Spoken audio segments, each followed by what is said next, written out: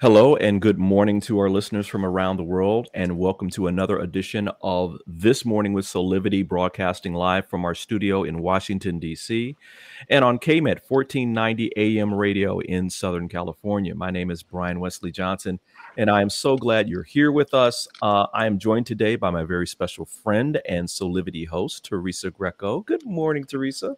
Hello, good morning, everyone.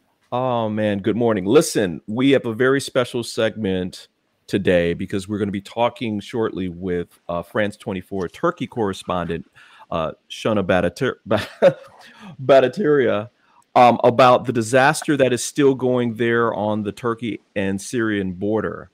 But before we begin, I want to remind all of you that, listen, this is an interactive discussion. If you have some questions for any of us, including Shauna, please just post them right directly to our chat, and we'll get to them as much as we can. Listen, just to give a little background on what's happening in Turkey and Syria, about 5 days ago, a massive 7.8 magnitude earthquake rocked that region where the number of dead is staggering. And my dear friend Shauna, who is from France 24, has been covering the story on site from the border there. And so I just want to welcome her in. Shauna, thank you so much for being here on This Morning with Soulivity. Thank you for having me. Um, what's the latest that's happening there right now? I mean, we've gotten so many different stories over the last 5 days. You're there on the ground. What can you tell us? Well, it's actually been a week now. The first Wow. earthquake, it's been exactly a week. The first earthquake happened last Monday morning at 4:17 a.m. local time.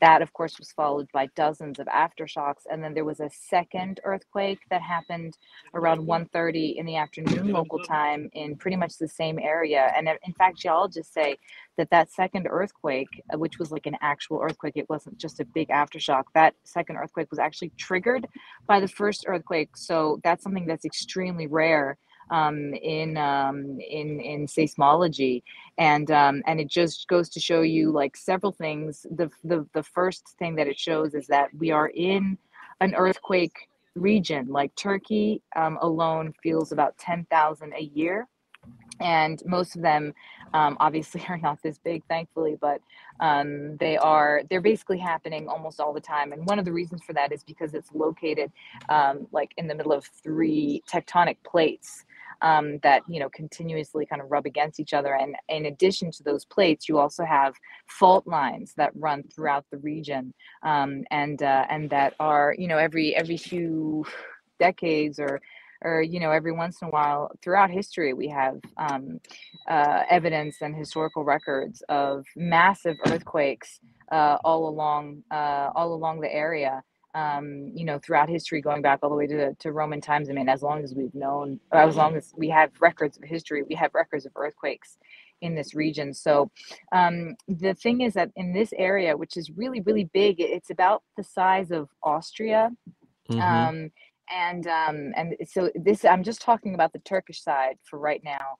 Mm-hmm. That is, we have damage in about 10 provinces. It's estimated that 14 million people are affected. This in a country of 80 million. So we're really talking about a very large percent of the population. And so you have cities like Antakya, that's also known as Hatay. It used to be called Antiocha back in antiquity. Antakya actually has the church that was built in the rock in the mountain with like tunnels for people to escape the Romans, for the first Christians. And it's in that church that I actually visited, that people who were followers of Christ decided to call themselves Christians. So Wow. anyway, in that city has been destroyed, or at least damaged, according to local Turkish media. Up to 70% of that Mm-hmm. city is destroyed. There's also the city of Kahramanmaraş, which is a bit north east of the city I was just telling you about, Antakya. That is where the epicenter of that first earthquake that happened at 4:17 in the morning on Monday. That is where the epicenter was, and that also has been destroyed. That city has also been destroyed to about, or damaged at least. The estimates are like 60-70%. So we are basically in what looks like a war zone. It looks like Wow. carpet bombing. It looks Wow. it's like building after building, street after street, and then sometimes you'll see a building that's still standing, or sometimes you'll see a building that's literally about to keel over, like it's at like, maybe not 45 degrees, but I mean, not very far from that. And you walk under it and you're like, dear God, I hope it doesn't collapse like right now. Because they Wow. are still collapsing. I mean, the other day we were in another affected city called Osmaniye. And the thing is that like in these affected cities, like no one is allowed in any building, like any building. And there was a 2-story building, and there was a butcher shop on the ground floor, and the butcher wanted to go check in on his shop because there's been looting, because people are stealing things, and also because he just wanted to see the damage.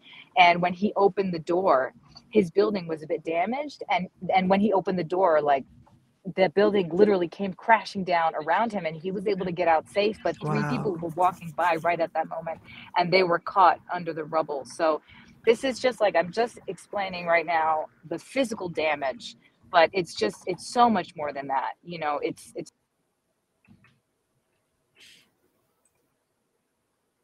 she ran out of the house in her pajamas, and it's cold here. It's really cold. I'm sorry, I'm not good at Fahrenheit, but Celsius, it can go to -0, which is below freezing Wow. Yeah, at that's below night, freezing. Yeah. and it's very, very cold at night. And so people are sleeping in their cars at first. Now more and more of them are sleeping in tents that are humanitarian tents. But yeah, so you have people who literally they have nothing. They have lost they have nothing on them, on their person, but they have lost everything, all of their possessions, of everything, their house, everything. I mean, it's really catastrophic, and in the blink of an eye. Wow. Teresa, did you have a question for Shauna? Yeah, I was wondering what the latest death toll was. The latest death toll, I believe, is at 29,000. Is it Wow. Okay. 31 only in Turkey? Yeah, 31,000. More than 31,000 only in Turkey. And I would just like to make something clear. The death toll, what are we saying? We're talking about the people who have been pulled, the bodies that have been pulled from the rubble. Wow. So you got to imagine all of those bodies that are still trapped and that have not been pulled out. Those are not counted in the death toll. And in fact, it's very interesting because we still haven't really seen an official estimate of how many people are missing. Wow. Being presumably trapped in that rubble. Some people are saying up to 200,000. I hope that's too high. But what I'm saying is that this death toll is going to get really, really high. It's already really, really high, but it's just going to keep climbing. So rescue efforts are still going on a week later right now. Yeah, and in fact, you have some miracles. I mean, it's this Monday. So right here, it's like 4 p.m. In Turkey, and already at least 6 people have been pulled from the rubble alive. That doesn't mean, unfortunately, that they'll remain. So I mean, obviously, we hope that they'll be okay. But some people are really, really, really, cold and hungry and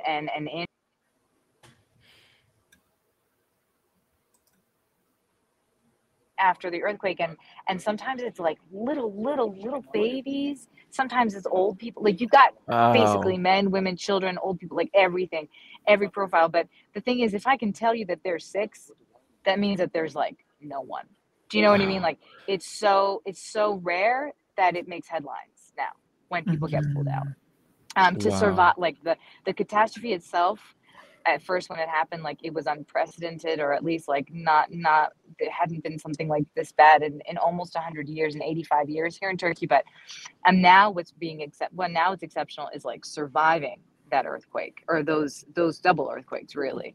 So so the rescue efforts are ongoing. Some have started to, especially some international rescue teams have started to go home. A few, though, most of them are still on site and still digging, hoping for a miracle, or at least trying to get bodies of loved ones, because you got, people standing around their buildings, or at least the buildings where their loved ones used to live, and being like, no, but she's got to be in today. She's got to be in there. Like my mom, my dad lives here, my brother. And so they're going to wait sometimes for days, and they're still waiting for rescue workers, obviously hoping for a miracle. But even if the miracle doesn't happen, like just to get their body back so that they can bury them, or they can see them one last time. And just be sure, they got to be sure that this person is gone for them. So this is a big tragedy. But apart from the rescue teams, though, there is now like a whole humanitarian disaster, because these people are now homeless in the middle of winter. So they've got to be housed somewhere. They need food, they need water, access to toilets is almost non-existent. You got to think about that too. Showers as well, obviously. So this is a really like all-encompassing disaster. So Shauna, really quickly, we were talking offline before you came on about the fact that this happened at night while people were sleeping. Can you kind of set the scene so people understand why this was such a horrific tragedy for people? I mean, this wasn't during the day. Yeah, so during the day, there's more of a chance that you're not in a building, like you're in the street, or I don't know if you're a farmer, you're in your field, or, you're out. And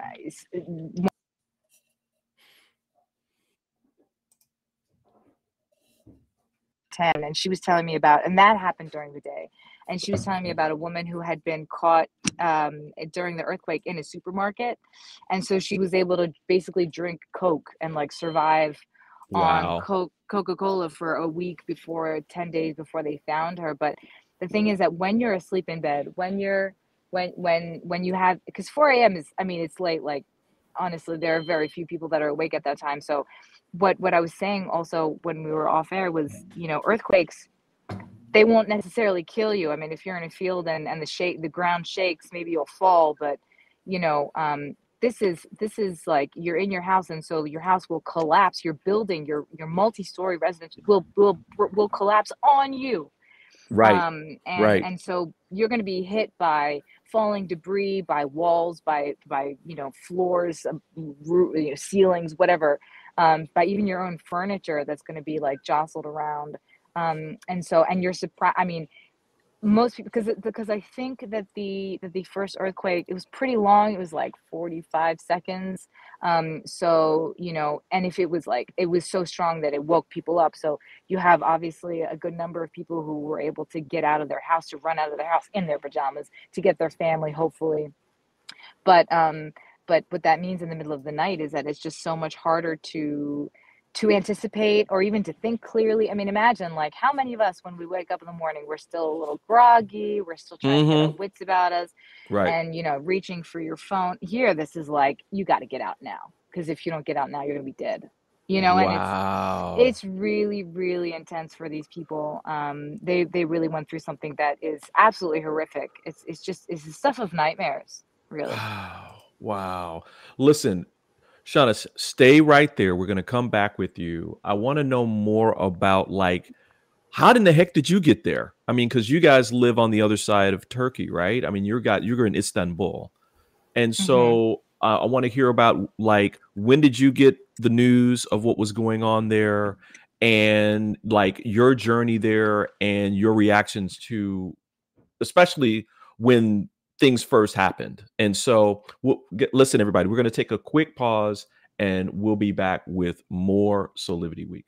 I mean, more this morning with Soulivity.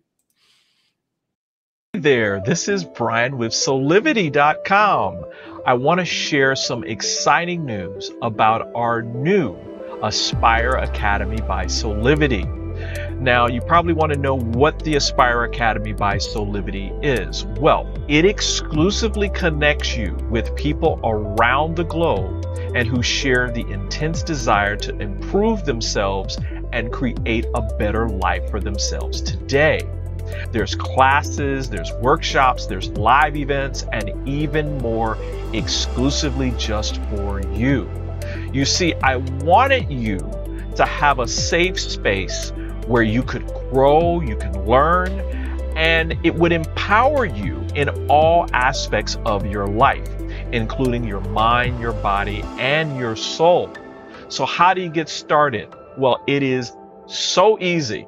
First of all, the best part, joining Aspire Academy is absolutely free. Just click on the Join Now button, sign up, and begin your journey. As a special part of this invitation to you, there are some free courses that are available for you to try from our amazing roster of coaches and collaborators. It's our way of saying thank you for all of your support and being with us along our journey of expansion. I hope you enjoyed the Aspire Academy by Soulivity today. Start the process. Learn more about your passion, your purpose, and how to live a higher quality life.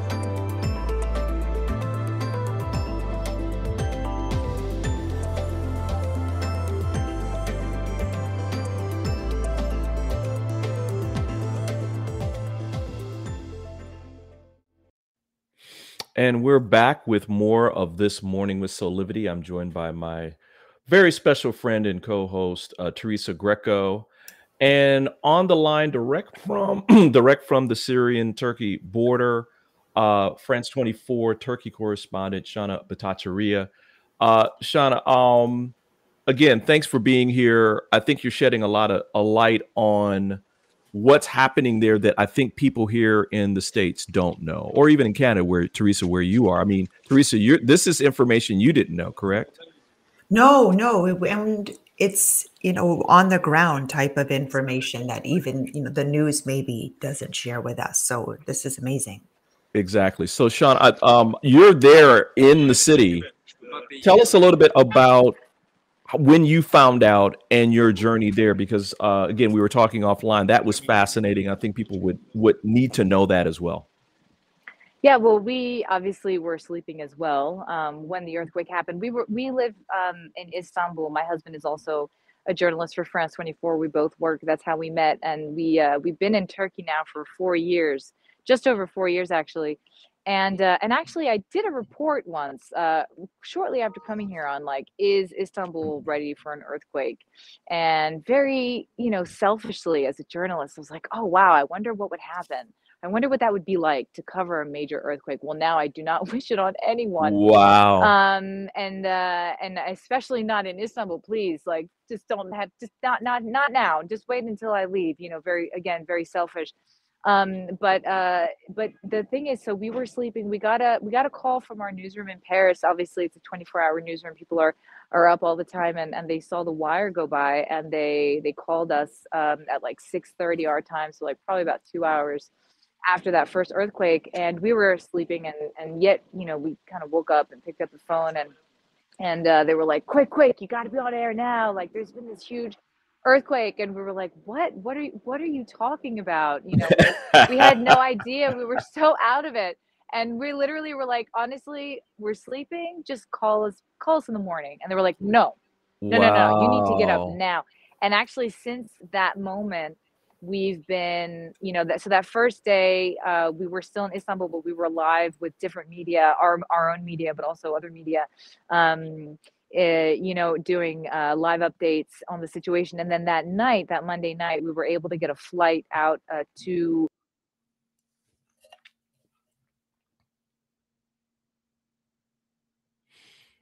Hang on, she'll be right back, everybody. She's in Turkey, so the connection can be a little iffy. There she is. but the flight was, because the thing is, even in Istanbul, the weather was horrendous. I mean, it was really windy. There were snowstorms. It was very cold, and so planes were having trouble like taking off, landing, etc. So our flight was delayed 3 hours. We were finally able to get to Adana, and we fortunately found a hotel, because obviously everybody's coming to cover the quake, and so hotels were fewer and far between, like with available rooms. And so we got there, and then starting the next, we got there really late, probably about 2 a.m, and then 8 the next morning we were off. We were on the road, we were driving, we went to different cities that first day, and then since then it's been a different city every day, sometimes going back to the same city to see how progress has been made since like the last time we were there, like 2 days ago, because that's the thing, everything goes by so quickly. Right. And everything, and things change. Like even one time we were in the second day, we were the second day in the city I was telling you about, Antakya, also known as Hatay, and we were there like when the security forces really started coming in, and with like helicopters and bulldozers, and I mean, we with the rescue teams, ambulances, things were really getting so literally like things would change like in a matter of hours. Wow. And so since then we've been going from city to city. We've been to most of the places that have been hard hit. There is one place that we were not able to get to, but that place, there's so much snow that we've been told that like if you go there, you need like snow tires to just get to the city. So very few people have even been able to get, as in like, reporters and stuff have been even able to get there, because it's so cold and it's so snowy. But yeah, just think about the people that are actually there and that are now living in a destroyed environment. I mean, it's just, wow. Yeah. Wow. Teresa, you had a question for SHONA.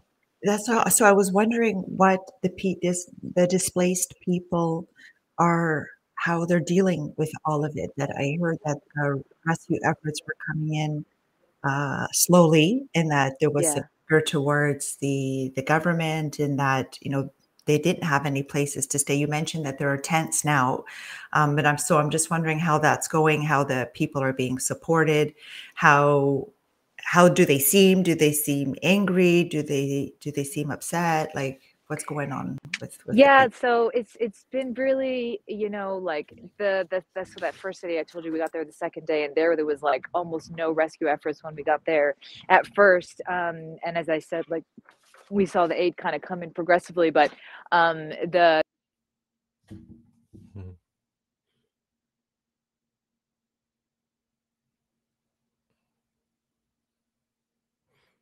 We'll give SHONA a second to click back in, guys. She's on live there. And so people when they were waiting, and because the terrible thing is, you're waiting, you're outside the building, for example, where your mom is trapped, and you hear her voice, you hear her calling, you can literally, oh my goodness, you can hear her asking for help. And no. after a few hours or a few days, you don't hear it anymore. The voice disappears, and you're like, oh my God, is she dead? Is she too weak? Like, what's going on? What happened? And you have no way of knowing. So you have people who are completely, like, how should I say? They are, it's not even panic. It's like, you go crazy. You go crazy. You go crazy with grief, with not knowing, with anger, like, and then you had like the first rescue teams coming. This woman was like, listen, my son lives in London. He had time to come here before the rescuers came here, like all the way from London. How is it possible that like from, different parts of the country, people haven't been able to come here to rescue us yet? Like, that just doesn't make sense, Mm-hmm. And so like a lot of anger, and she was like, people, some people are livid, other people, people react in different ways. Sometimes, they get political. Sometimes they're just like crying because everything is just broken down around them and they've lost family members. Sometimes people kind of turn into zombies, because the thing is, after a week, like you haven't showered, you're never been warm, you're not eating well, there's so you're literally in this like state of just surviving, of zombiness, and this is gonna leave.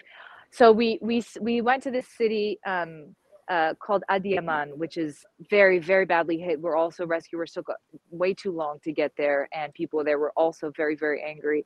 And there is like a very small contingent, but it does exist, of psychological support, like trauma, psychologists. And we went to their headquarters. A lot of the people that were, licensed to give psychological support had lost people of their own. Oh And my they were goodness. already, more in mourning and traumatized themselves. Some of them were so traumatized that they wouldn't even enter the building of the. Wow. So afraid of it happening again, and just getting really angry at the response. There's also another element here that's really important, because there's like the immediate response, but there's also everything that leads up to it. Because as I was saying earlier, you don't die because the ground shakes. You die because your building collapses on you. And when you're in an earthquake-prone zone, like for example in California, when you build a house or a multi-story building in California, you have to adhere to strict earthquake norms, so that when there is an earthquake, your house doesn't come crashing down around you, right? So these norms also exist in Turkey. They exist since the last major earthquake, which was in 1999. And that killed upwards of 18,000 people.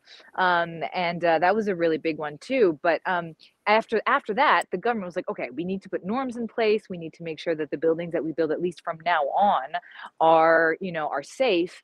And the thing is, a lot of the buildings that collapsed last Monday, they were new. They were built after. Wow. And so what that means is that those norms were not adhered to. Yeah. And how did that happen? Well, because to build an earthquake-proof building is more expensive than building a non-earthquake-proof building, right? And so these are like builders, promoters, developers that are like, listen, I'm going to pay you a little bribe to like the local, architects, whatever, or the local politicians or whatever. And then there's like this whole thing in Turkey where you have people who build their own houses. Like they'll like see land and they're like, oh, I'll just build a house there. I know it sounds completely anarchistic, but it's a thing, and they're called gecekondu, and it's like a real thing in Turkey. And every few years, there's a government amnesty. It's like, okay, I'm going to recognize that you own a house, that you built the house, and that it's yours. And so they do that, and so that way, that house, even though it was built illegally, they'll be like, all right, well, now it's a legal house, right? So it's an amnesty. It's a building amnesty. The last time they did a building amnesty was 4 years ago. It was in 2019. So these are systemic things. It's not just a political thing, as in like which political party. This is a systemic thing. This is like, there are lots of rules in Turkey. There's a lot of rules, but a lot of times you can get around them, and that can be deadly. Wow. So I'm still on this thought pattern of that there's no real strict codes in a earthquake prone zone. I'm just blown away by that, SHONA. Well, there are. No, but there are. Oh, they are. Yeah, but they're just not respected. Oh, wow, that's even worse. It's even worse. And that's why people are even more angry, because they're like, I mean, I went to a hospital today. That was built 2 years ago. A hospital built 2 years ago, and it's so damaged. I mean, it's still standing. It's got, it's just got cracks in the wall, plaster falling. I went inside. I mean, it looks like it's a complete, complete mess. But it was built 2 years ago. Like, normally a hospital built 2 years ago should still be standing. It should still be standing. It should be a safe place for people who are already in the hospital, that they're okay, but also that people who need to go to the hospital can go there. And instead, they've had to build a field hospital outside the hospital, because the actual hospital, this new place, is damaged. So that's another source of that anger that we were talking about. And a lot of it, you gotta also understand, this part of Turkey, I mean, Turkey is not a rich country, period, but this part of Turkey, the southern part, it is, you know, even more poor in some places. And you know, you also have that kind of financial difficulty. If you're going to live in an earthquake proof apartment that was different, in a building that was, you know, expensive to build and all the norms, that building is going to be, that apartment is going to be expensive. You know what I mean? Like that condo is going to cost you. And if you don't have the money because you're poor, well, you're not going to live there. And you're going to be able to house yourself in a cheaper, more dangerous building, and you're fine. You're totally fine until that earthquake hits. Wow. You know, Shona, we're gonna stay with you, because I think it's important for people to understand what's happening there. Um, can you tell us some personal stories of your own about your experience there, your experience with the survivors, that really kind of stick out for your heart? I mean, there's, you know, there's just so many. Literally, like 10 minutes before we started talking, I was invited inside a tent of a family whose apartment building was damaged, and they don't feel safe there anymore. It needs actually to be checked out by experts to make sure that they are allowed to go back in, or if the building has to be destroyed. But so they're complaining. There are tents, like humanitarian tents in the city, but they don't have one. They're not in one. Mm.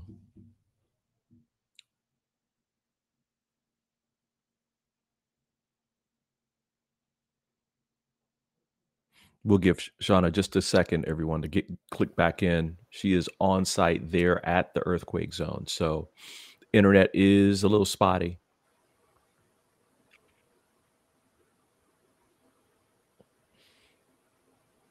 Teresa, this is just, I'm glad that we have her and we're connecting with her, because again, these are things that I think most people here in North America specifically, here she is. The thing that's the strongest thing that I saw was a positive thing. It was near, the car was parked near, you know, obviously, you know, broken buildings or whatever, and all of a sudden there was all this movement, and all these rescuers brought out like a little boy. He was probably like 4 to 6 years old, and I saw him come out, and he was unscathed, and or at least he seemed unscathed, and you know, that was just a really beautiful moment. But at the same time, like, I went to this other city 2 days ago, Adiyaman, and that's been really badly hit, as I said earlier, and there I smelled rotting corpses for the first time. Wow. And Wow. in case you're wondering what that smells like, it smells like quite pungent BO. And you're like, gosh, you know, what was that whiff? And then you figure out, oh my God. And so there's this other thing, which is crazy, that I would never have thought about, is that with these collapsed buildings, like, there's all this rubble and there's all this dust, so much dust. And people are like going through the rubble, and there's so much dust like in the rubble. And when they're going through it, they're making even more dust. And like, you're literally choking, like you can't breathe because there's so much dust around you. Wow. And that you're breathing in and stuff. And in fact, in one place, we literally saw water cannons being sprayed on ruins, so that to like kind of bring down that dust. And actually, it did make a really big difference. But I can only imagine that if you're stuck underneath and that you get this water and that it's already really cold, then that's not obviously a good idea either. Other things that really stuck out in my mind, you know, so many people just breaking down in front of you. You know, you ask them what life, what happened, what you know, what they're going through, and they can't even speak. You know, they're just they're big men. You know, families, fathers. You know, everybody just, you know, people sitting around campfires, trying to keep warm, and, you know, sticking close to each other, friends, neighbors, and crying, you know. It's really, yeah, it's really heavy. And I'm having trouble right now following like a line of thought, because it's just like a mosaic of images of last night. I dreamt that I was but I dreamt of people under the rubble. Like, it gets to you. Like, it's the hardest thing I've ever seen in my reporting. And even a friend who has, you know, covered several war zones was telling me yesterday that it's the hardest thing for her as well. It's just she's never had a, you know, she's never been to a place of this just emotional, this charge. Wow, Shauna, let's stay with that. Let's stay with that line, because I think I want to let people into your world, because I think a lot of times journalists they're seen as, oh well, you're just reporting on the news, and all you're supposed to do is just give us the facts and figures, and then you as a journalist aren't seen as also a human being. So let us into that world a little bit. Well, And I yeah. became a mother 2 years ago. I have a little girl. Yes, yes. Yeah, she's Yeah, super she's so cute. cute. Oh my She's God. very cute, but she's in Istanbul right now with her nanny. Hopefully we're gonna get to go back to Istanbul tomorrow. Mm-hmm. Yeah, sorry. I it's been really hard. As I don't know, I'm not a super emotional person in general. Mm-hmm. Uh-huh. But it's just so human. It's like, Yeah. Yeah. God, this could be me. This could be my family. This could be my friends. This could be my child. You know, what if, you know, you have instances of like a baby coming out alive and like all their whole family dead. And it's like, what's going to Right. happen to that baby? Yes, You know? yes. Right. And like there are family, you know, family here is something that's very, very, very important. So people have family, except if you're Syrian, of course, or like another refugee. That's a Right. whole different story. Right. And the Syrian issue is just also, I mean, horrific. Like the Turkish government has decided to send the corpses of Syrian refugees that died in the earthquake in Turkey back to Syria. It's like, oh, well, they lived on your soil and they died on your soil, but now that they're dead, you don't want to bury them on your soil, you know? Wow. Or like, it's just, or like, you know, Turkey's been so overwhelmed by its own problems that it hasn't, you know, really sent any help to Syria. So like Syria's been really, really hurting, especially like after, you know, 12 years of war. But the fact is that as on a human level, you can't help when you have someone in front of you who's literally begging you to help them get their mother out of Mm. Mm. I have never cried during the mission, you know, this much. I mean, this is even like sometimes during a live broadcast, you know, Mm-hmm. you just think it, you know, when you describe what you see, and in describing what you see, you can't help but kind of break down, you know. It's just it is really, it's really difficult. And then you're like, what, you know, I mean, it's sympathy, but I haven't lost anyone. Right. I haven't lost my house. I'm gonna get to go home and take a bath after this. Like, this is just, it's really insane. Wow. I Let feel us like know. I'm repeating my words, but No. You're coming through loud and clear, and I think that people need to understand, especially in these types of disasters, that what you see on your TV or what you listen to on your computer or radio, that those are human beings, those are people. yeah. And sometimes, you know, you see people mourning, or you see people crying, or you see people like receptioning the body of their loved ones, you know, and you don't want to film, you know, it's your job, Right, but right. you don't dare, because I mean, this is such a private, oh, such a private moment for them. And sometimes when you do try to film, sometimes people get angry because they're like, this is, what are you using? Are you using my grief? Are you gonna, Right, you know, this, right. and you get that, of course. I mean, I totally get it, you know. So you try not to make yourself too conspicuous, and with your like, you know, your North Face, you know, warm down jacket, and your like huge boots that are protecting you from the cold and from the snow, and your thermal whatever, like, you Right. know. And these people, like, it's just there's And like, they have nothing. and They they have literally, nothing, and they're yeah. literally in their pajamas, you know. So obviously there is a little bit of that kind of distance, because just we haven't lived through what they lived through. But it is very very personal. And we try to tell the story as completely as possible. But it's hard. You're right. I mean, there's obviously things that are going to get lost in translation. There's obviously things that are not going to be addressed. And you've got to understand also that like it's been bad now, like really bad for like a year and a half. Okay. And so what that means is like prices here have tripled in the last like year and a half, 2 years, for things like bread, for like rent, for like things that are like water. I mean, everything is just, the prices just keep going up and up. So you've already had this like really bad economic crisis where people are already really struggling. And then on top of that, you've got this earthquake that hits. And then of course this happens after COVID. And then there's like a presidential election, a presidential and legislative election that's supposed to take place on May 14th. And yeah, no, it's everything at the same time. Also, this is the 100th year anniversary of the founding of modern Turkey. So you've got like so many different elements coming in and just like converging. And it's just like a situation that's extremely tense. We're not sure if that election, like right now, the election is supposed to go ahead as planned. But like today, literally today, this Monday, the opposition was supposed to announce who their candidate was going to be, and they've postponed the announcement of who that candidate is.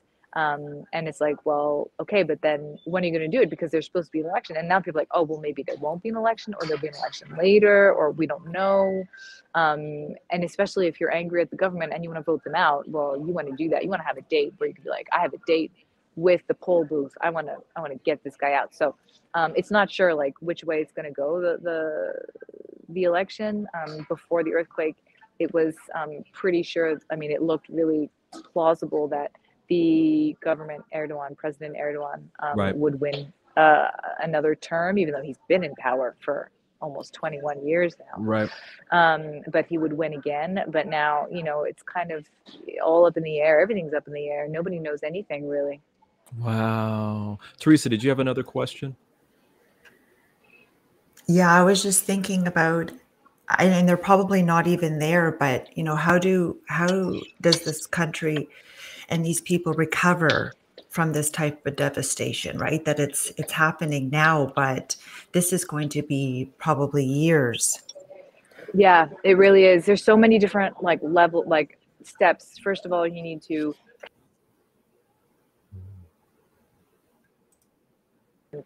totally assessed yet, and then you also have to kind of do it quickly, because you have these bodies that are still stuck and that are going to contaminate the water supply, and they are going to cause disease if you leave them out too long. So what happens is that these kind of crews, they once the decision has been taken at a very high level that there's no chance for survivors to be found anymore. So that means that we're going to stop the rescue missions, and now we're going to do the cleanup mission. And so the cleanup mission is, taking all that debris that includes possibly bodies, and then you have to put them in a place that's, you can't just put them in the land, in the what's it called, the landfill. You can't just put them in a landfill.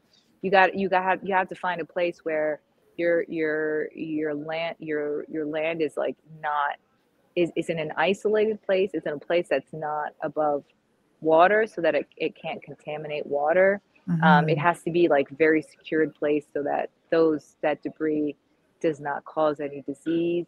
And so once that's done, then you can start thinking about rebuilding. But then who's going to rebuild? How are they going to rebuild? I mean, the government says, oh, we're going to rebuild the cities in a year.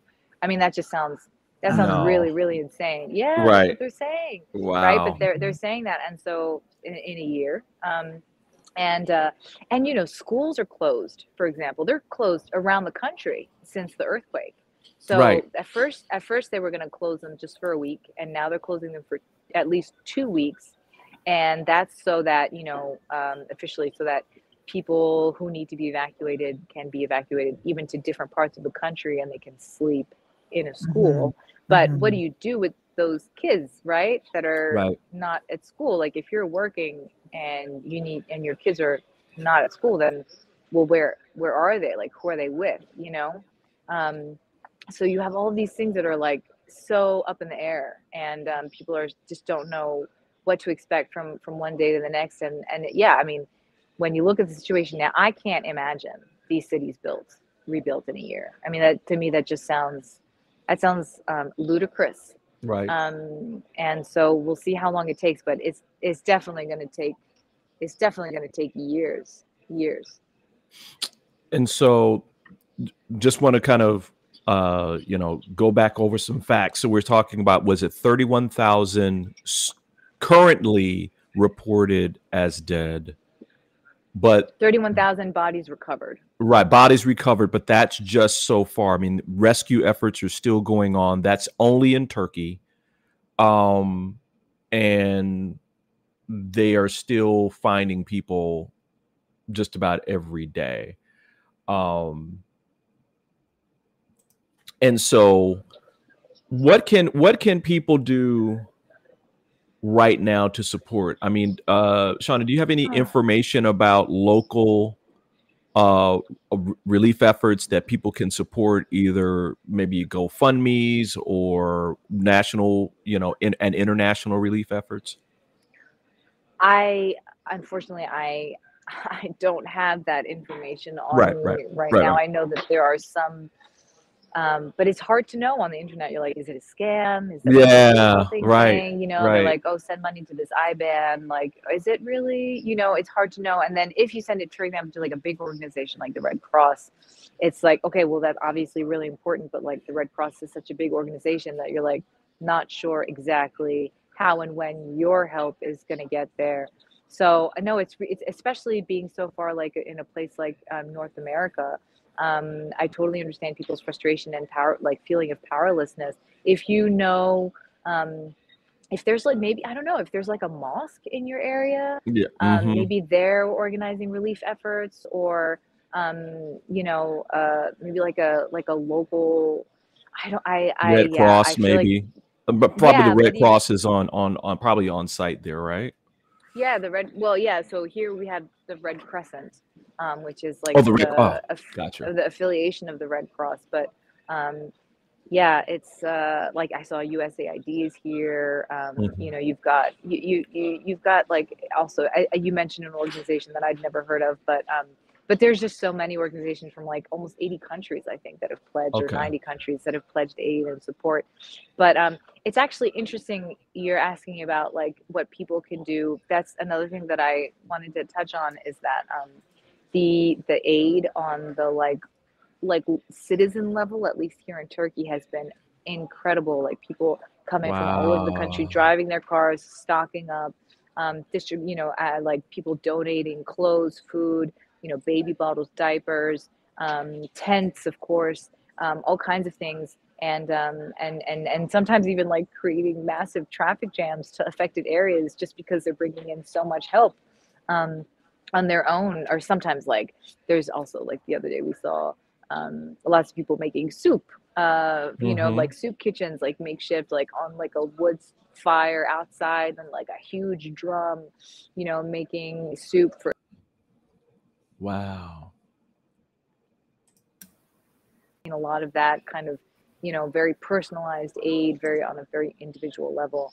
But that's not what's going to replace bigger, more structural. It helps, obviously. It's very heartening to see, and it does make a difference. But in these circumstances, this is when you really need a strong kind of organized state response. And it has been, it's not been a total disaster. Right. But it's definitely not been, to the scale of the damage. The government right now is really trying to regain the narrative on what happened on the Kit catastrophe. They're saying, they're getting all these geologists to be like, but this earthquake is, such a strong earthquake, and nobody could have prevented anything from happening. This is unprecedented. We are doing everything we can. Like, misinformation kills people too. I kid you not. The guy from the government said that yesterday. And for a few days, they even like severely limited access to Twitter here in Turkey. Even though Oh, like sometimes people were like tweeting their location from under the ruins, being like, "I'm here, get me." So that was just really wow. not appreciated. But fortunately, that only lasted a couple days. But yeah, I don't know where I was going with this, but the aid for a personal level, I would say go to a local mosque or a local charity, maybe see if they're doing something, sending, goods over, or donating to a bigger one as well. Wow. Shauna, thank you so much for your time. I mean, it's afternoon there, everyone, while it's morning here. Thank you for, would you come back once you get home and have had some time to be with your baby girl, and tell us, like, you know your that experience, once you get, because right now I know that you're in journalist mode and you're trying to capture the information so you can share with the world. But would you come back on this morning and talk a little bit more about this, and we can kind of talk about just that experience that you had? It would be my Oh, there he goes.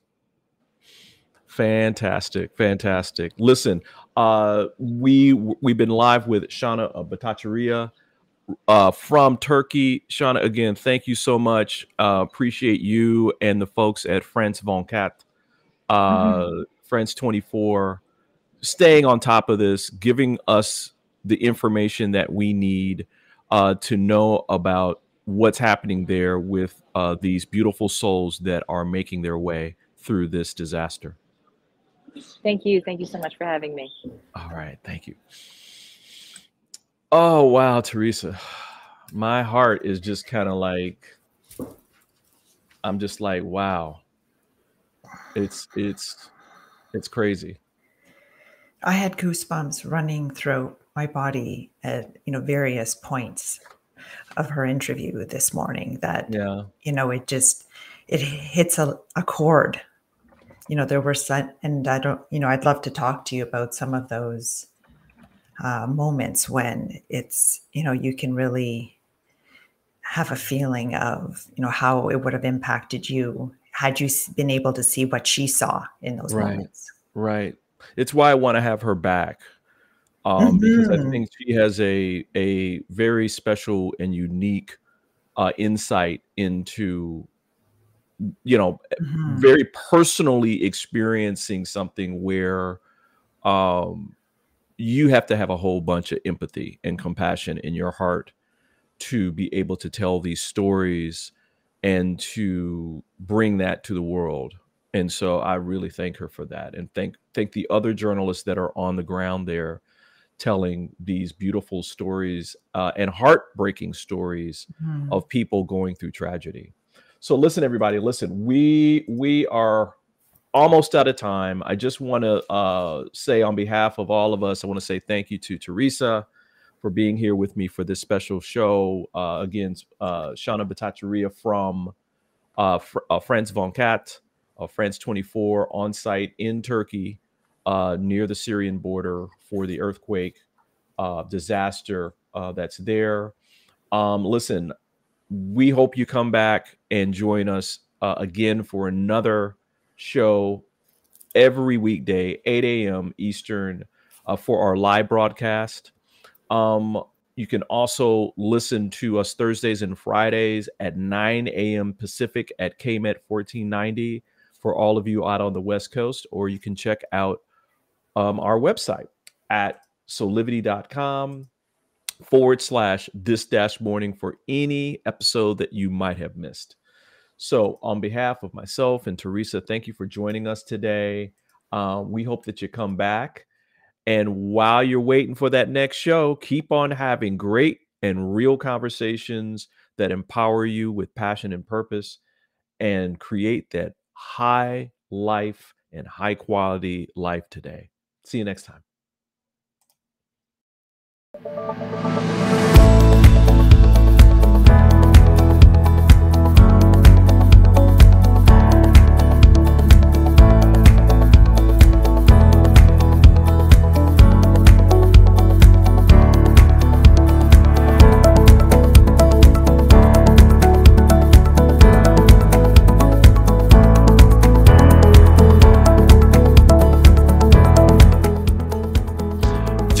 is subject to copyright owned by Affinity Global LLC. Any reproduction or republication of all or part of this is expressly prohibited unless Affinity Global LLC has explicitly granted its prior written consent. All other rights reserved.